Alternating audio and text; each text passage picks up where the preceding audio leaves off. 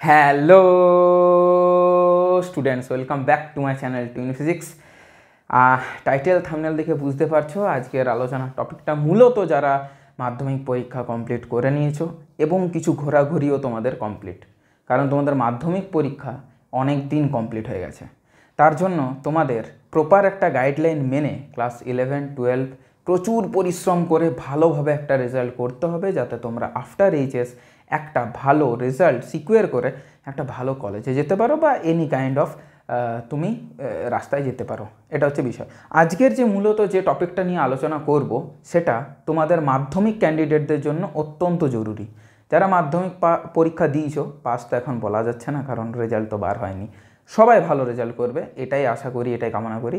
কিন্তু যারা মাধ্যমিক পরীক্ষা দিয়েছো তাদের জন্য একটা প্রপার গাইডলাইন্স দরকার পড়ে যে এই সময়টা থেকে কি করব। এই সময় কি করব তা না, এই সময়টা থেকে কি করব সেই রিলেটেড আজকের ভিডিও। বেশ কয়েকটা পয়েন্টসের উপরে কথা বলবো, বেশি সময় নষ্ট করব না, কারণ তোমাদের সময় এই মুহূর্তে অত্যন্ত দামি।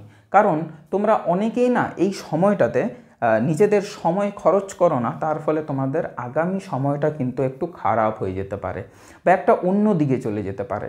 দিক কোনোটাই খারাপ নয় ঠিকঠাকভাবে করতে পারলে, কিন্তু বিষয়টা কি হচ্ছে, কিছু কিছু দিকে খুব তাড়াতাড়ি সফলতা পাওয়া যায়, কিছু কিছু দিকে একটু দেরিতে সফলতা পাওয়া যায়। সেই ধৈর্যটা কিন্তু ছাত্রছাত্রীদের মধ্যে দেখতে পাওয়া যায় না। তার জন্যই আজকে কতগুলো পয়েন্টসের উপরে কথা বলবো। প্রথম যে পয়েন্টটা চর্চা করব সেটা হলো তোমাদের মাইন্ডসেট। কি বললাম কথাটা? মাইন্ডসেট। দেখো, যে কোনো কাজই তুমি করো না কেন, সেই কাজের পেছনে একটা যেটা প্রয়োজন পড়ে সেটা হচ্ছে তোমার উইল পাওয়ার। কথাটা বুঝতে পারলাম? উইল পাওয়ার অর্থাৎ তোমার ইচ্ছা শক্তি, বাংলায় বললে তোমার ইচ্ছা শক্তি। তুমি আজকে মাধ্যমিক পরীক্ষা দিয়েছো, মাধ্যমিক পরীক্ষা তোমার কমপ্লিট হয়ে গেছে, এরপরে তুমি কি করবে? একে তো আমি এর আগের ভিডিওতে বলেছিলাম সায়েন্স ভার্সেস আর্টস ভার্সেস আদার স্ট্রিম, এটা তো একটা কথা বলেইছিলাম তোমাদের। সেখানে আশা করছি তোমাদের কিছুটা হেল্প করতে পেরেছি যে তোমরা সঠিক কোন স্ট্রিমটা নিয়ে এগিয়ে যাবে সেটা নিয়ে। তো ধরে নিচ্ছি তোমরা চুজ করে নিয়েছো, যে স্ট্রিমে যেতে চাও সেই স্ট্রিমটা তোমরা কিন্তু চয়েস করে নিয়েছো, বাবা মাকে কনভিন্স করিয়েছো, ভিডিওটা দেখিয়েছো, এবং আমার মনে হয় তোমরা সেই জায়গাতে এখন উপনীত হয়েছো। এখন বিষয়টা হলো, তোমরা যে যাই জিনিসটাকে সিলেক্ট করেছো সেইটার প্রতি একটা মাইন্ডসেট দরকার পড়ে। মাইন্ডসেট কিসের? কাজ করার জন্য। দেখো, আমি নিজের পার্সোনাল যদি এক্সপিরিয়েন্স শেয়ার করি তোমাদের সাথে, তাহলে আমার মনে হয় আমি একটা ছোট থেকে বড় কাজ যাই করি না কেন, তার একটা প্রপার প্ল্যানিং, তার একটা প্রপার ব্লুপ্রিন্ট কিন্তু আমি রেডি করি সর্বদা। সেটা একটা ছোট কাজ হতে পারে, সেটা একটা ইউটিউবে ভিডিও বানানো হতে পারে, সেটা বড় কোনো কাজও হতে পারে, বড় কোনো ব্যাচ লঞ্চ করা বা এটসেট্রা এটসেট্রা সব কিছু কিন্তু হতে পারে। তার জন্যই বলছি, তোমরা যে লাইনটাই চুজ করেছো সেই লাইনটাতে আগে প্রপারলি একটা রোড ম্যাপ বা একটা প্রপার মাইন্ডসেট কিন্তু তোমাকে তৈরি করতে হবে। মাইন্ডসেট, রোড ম্যাপের কথা পরে আসছি আমি। মাইন্ডসেট কিন্তু তোমাকে একটা তৈরি করতে হবে যে আমি এই কাজগুলো করব। তোমার মাইন্ড যদি বলে এই কাজগুলো করব, তাহলে তোমার ব্রেন সেটাকে অ্যাজামশনস করে যে না ঠিক আছে, চলো এইগুলো করা যাবে, কোনো সমস্যা নেই। এবার কি করে, ব্রেন কন্ট্রোল করে পুরো বডিটাকে এবং সেই অ্যাকর্ডিংলি কাজ হতে থাকে। তুমি নিজেই নিজেকে একটা রোবট মনে করবে। তো ওই জন্যই বলছি, মাইন্ডসেট বা উইল পাওয়ার, যেটা তুমি করতে চাও, তোমার ইচ্ছা, সেটার প্রতি কিন্তু তোমাকে কি করতে হবে, কাজ করতে হবে যে আমি এইগুলো করতে চাই, এই আমার প্রপার প্ল্যানিং, এইভাবে আমি 11 এবং 12-এ কিন্তু পড়াশুনো করব। যারা এই ভারী ভারী ওয়ার্ডগুলোতে একটু ভয় পাচ্ছ, mindset, will power, road map, strategy, এইসবগুলো নিয়ে যারা ভয় পাচ্ছ, তাদের ভয়ের কোনো কারণ নেই। একটা সোজা বাংলা ভাষায় বলতে গেলে, তুমি যে কাজটা করতে চাইছো, যে কাজটা করতে যাচ্ছ, সেই কাজটার যদি একটা প্রপার ব্লুপ্রিন্ট থাকে, ব্লুপ্রিন্ট মানে কিছুই না, জাস্ট একটা খসড়া। কোনো বাড়ি যখন তুমি করছো তার তো একটা প্রপার ব্লুপ্রিন্ট থাকে, দুটো রুম হবে, একটা বারান্দা হবে, একটা তোমার বাথরুম হবে, একটা তোমার ঠাকুর ঘর হবে, এইসব যে একটা একটা খসড়া থাকে, একটা নকশা থাকে, ডিজাইন থাকে, সেইটাই আমি এখানে বলতে চাইছি। এটার একটা প্রপার ডিজাইন কিন্তু তুমি তোমার মনে এঁকে নাও, কিংবা প্রয়োজন পড়লে খাতায় বানাতে পারো। এটার সংক্রান্ত তোমার যদি কোনো ধরনের সাজেশন দরকার পড়ে, তোমরা আমাকে কমেন্ট সেকশানে জানাবে। এই মাইন্ডসেটের উপরেও কিন্তু একটা ভিডিও আনা যেতেই পারে যদি তোমাদের দরকার পড়ে। দ্বিতীয় নাম্বার যেটা, সেটা আমি বলবো খাতা কেনা। আর তৃতীয় নাম্বার যেটা আমি বলবো সেটা হচ্ছে বই কেনা। বই কেনা। দেখো আমি তো আমার সাবজেক্টটাই বলতে পারবো, আমি তো অন্য লোকের সাবজেক্ট বলতে পারবো না, বই বা খাতা সংক্রান্ত। এই দুটো টপিক একটু তোমাদের চর্চা করি। কালারটা একটু চেঞ্জ করে নিই। খাতা কেনার ক্ষেত্রে আমি এখানে 3টে খাতা প্রেফার করি। 3টে খাতা, কি বললাম কথাটা, 3টে খাতা এখানে প্রেফার করি। আমি যেমন সাবজেক্ট ফিজিক্স, সেই ফিজিক্স সংক্রান্ত আমি 3টে খাতা কিন্তু এখানে ছেলেমেয়েদের কেনা করাই। এটা হচ্ছে বিষয় ফিজিক্স সংক্রান্ত। কীরকম 3টে খাতা? প্রথম যেটা খাতা, যেটা আমি এখানে বসে পড়াবো, অর্থাৎ তার একটা যে নোটসের একটা খাতা। কথাটা বোঝাতে পারলাম? ফিজিক্সের যেগুলো ছেলেমেয়েরা এখান থেকে, এই বোর্ড থেকে, আমার বাড়ি থেকে তারা টুকে নিয়ে যাবে, বুঝে নিয়ে যাবে, তার যে একটা রিটেন ফর্ম, সেইটার জন্য একটা খাতা। It can be call as notes copy, it's can be call as any kind of copy, অর্থাৎ একটা খাতা যেটা এখান থেকে ওরা লিখে নিয়ে যাবে। দ্বিতীয় যে খাতাটা, সেটা হচ্ছে ওদের কি বলবো আমি, অ্যাক্টিভিটি খাতা। অর্থাৎ আমি যে টপিকটা আজকে পড়ালাম সেই টপিকটার ওপরে ওদেরকে পরের দিন এসে, নেক্সট ডে যেটা আছে, পরের দিন এসে কিন্তু ওদের লিখতে দিই স্পটে এখানে বসে। তাহলে কি হলো, সেটা রিভিশনও হয়ে গেল, লিখলেই জিনিসটা বেশি মনেও থাকলো, আর জিনিসটা শর্টেড হয়ে গেল। ওই টপিকটার ভোলার কোনো কিন্তু চান্স থাকে না ছেলেমেয়েদের। এবং থার্ড যে কপিটা, সেটা হচ্ছে হোমওয়ার্ক কপি। কি বললাম কথাটা, হোমওয়ার্ক কপি। অর্থাৎ যে বাড়ির কাজটা আমি ওদের দিলাম, যেটা ওরা বাড়িতে করবে, আমি এসে এখানে চেক করব নেক্সট দিন, সেটার জন্য অন্য একটা খাতা করতে বলি। এই হলো আমার 3টে খাতা। একটা হচ্ছে তোমার নোটসের খাতা, একটা হচ্ছে তোমার অ্যাক্টিভিটি যেটা এখানে স্পটে করবে, একটা হচ্ছে তোমার হোমওয়ার্ক কপি যেটা ওরা বাড়িতে করবে, এসে আমি এখানে চেক করব। এই হচ্ছে 3টে খাতা। এর বাইরে আমার খাতার কোনো প্রয়োজন পড়ে না। আমি আমার সাবজেক্টের কথা বলছি। অন্য টিচারের কাছে তোমরা পরামর্শ নিতেই পারো কোন সাবজেক্টের কোন কি খাতা নেবে। বইয়ের গল্পে যদি আমি আসি, বইয়ের গল্পেও আমার কাছে কিন্তু 3টে তোমার কাছে বিকল্প আছে। 3টে তোমাদের বিকল্প আমি এখানে দিচ্ছি, কারণ ক্লাস 11-12-এর যে বই, যে টেক্সট বুক, যে বই, পাঠ্য বই, সেটা 3টে প্রকাশনী বানায়। নাম্বার 1 হচ্ছে আমাদের লর্ড ছায়া প্রকাশনী। এটা বহুকাল ধরে তারা বানাচ্ছে। এই বই আমি নিজেও পড়েছি এবং আজকে ছেলেমেয়েদেরও পড়াচ্ছি। ছায়া প্রকাশনী, সেখানে প্রচুর পরিমাণে ভুল থাকে, সেগুলো তোমরা ভিডিও দেখলেই বুঝতে পারবে, শর্টসের মাধ্যমে দেখতে পারবে। কিন্তু বইটা মডারেটলি ভালো, প্রত্যেকটা স্টুডেন্টের খাতিরে বানানো হয়। ভুল আছে, ভুল থাকে, ভুল বললে ভুলটা নেক্সট ইয়ার হয়তো আরও সংশোধন হবে, এই বিষয়, এই আশা। কিন্তু এনারা বই বানান ক্লাস 11-12-এর ফিজিক্সের উপরে। অন্য আরও প্রকাশনী থাকলে সেগুলো দেখতে পারো। আর্টসের যেমন তোমার অনেক প্রকাশনী পেয়ে যাবে। আর্টসের বলতে গেলে তোমার প্রান্তিক পেয়ে যেতে পারো, তোমার কথা কাহিনী প্রকাশনী পেয়ে যেতে পারো, তোমার বুক ইন্ডিয়া প্রকাশনী। আর্টসের হয়, অনেক প্রকাশনী হয়, কিন্তু আমি আমার সাবজেক্টের উপরে বলছি যে বই মূলত ছায়া প্রকাশনী। দ্বিতীয় হচ্ছে সাঁতরা পাবলিকেশন, আর তৃতীয় হচ্ছে রিসেন্টলি তোমার আগের বছর থেকে 2024 থেকে দেখছি পারুল প্রকাশনী কিন্তু বই দিয়ে যাচ্ছে, বা বই দেখছি আমি ওদের। আচ্ছা, পারুল প্রকাশনীও কিন্তু 11-12-এর সায়েন্সের বই কিন্তু বার করছে। খুবই মজাদার একটা বিষয়। এই 3টার মধ্যে র্যান্ডামলি যে কোনো একটা বই পিক করো, সেটাকে থরলি পড়ো। যে টিচার বা যার কাছেই তুমি পড়ছো, সেই টিচারের মতো করে পড়ো।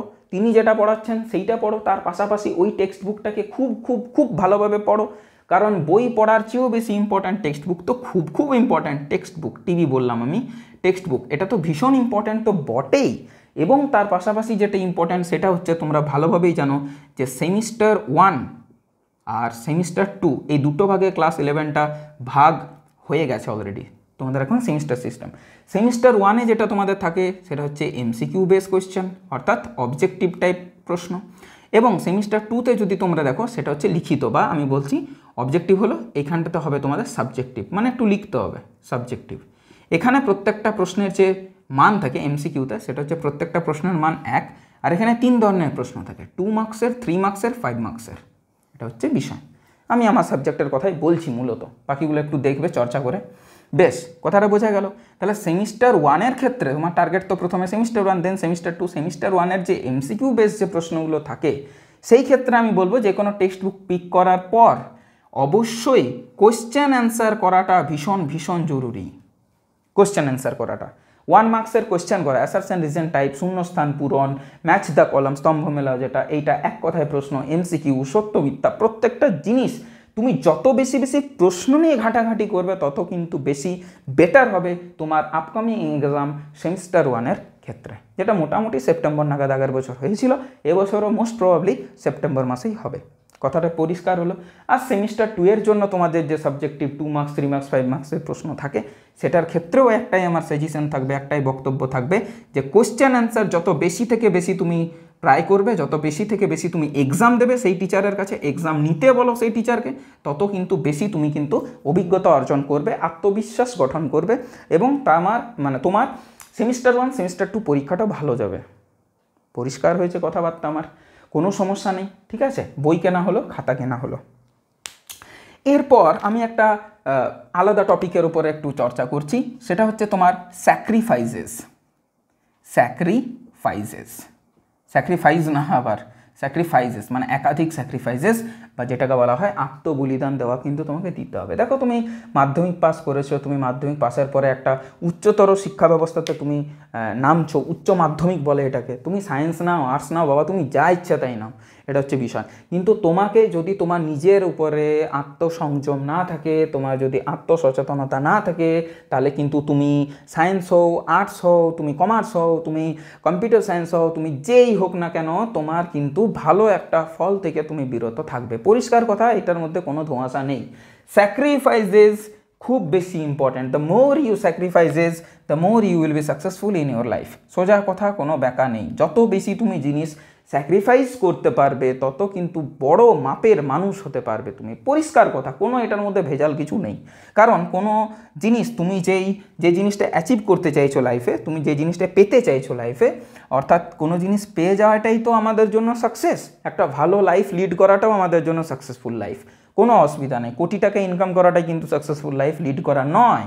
স্যাটিসফ্যাকশন বা স্যাটিসফ্যাক্টরি লাইফ লিড করাটাও একটা কিন্তু সাকসেসফুল ব্যাপার, ঠিক আছে?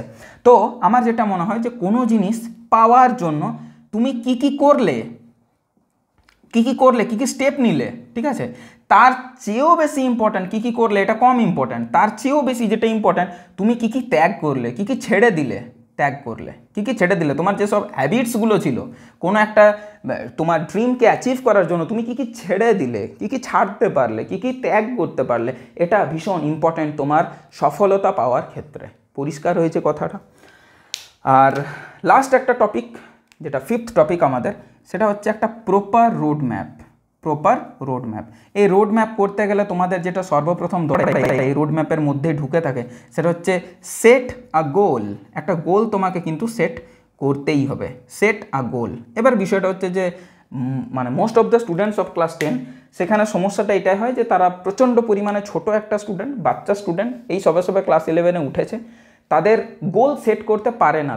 তারা এখন থেকে কি করে বুঝবে যে অ্যাস্ট্রোফিজিক্স নিয়ে পড়া কি, তারা এখন থেকে কি করে বুঝবে যে রিসার্চ করতে গেলে কি পড়তে হবে না পড়তে, এইসব বিষয়। তো ঠিক আছে, আমি এটার জন্য আগের ভিডিওতে একবার বলেছিলাম একটা কথা, কোনো প্রবলেম নেই। তুমি যেটা ভালো লাগে তোমার করতে, সেই বিষয়টাকে তুমি তোমার বাবা মা, গার্জেন এবং তার সাথে সাথে তোমার শিক্ষক শিক্ষিকাদের সাথে একটু চর্চা করো, একটু বসো নিয়ে পরে, তারাই তোমাকে সঠিক গাইডেন্স দিয়ে দেবেন। তবে হ্যাঁ, একটা কথা তোমাদের এখানে বলি, দুটো কথা এখানে বলবো।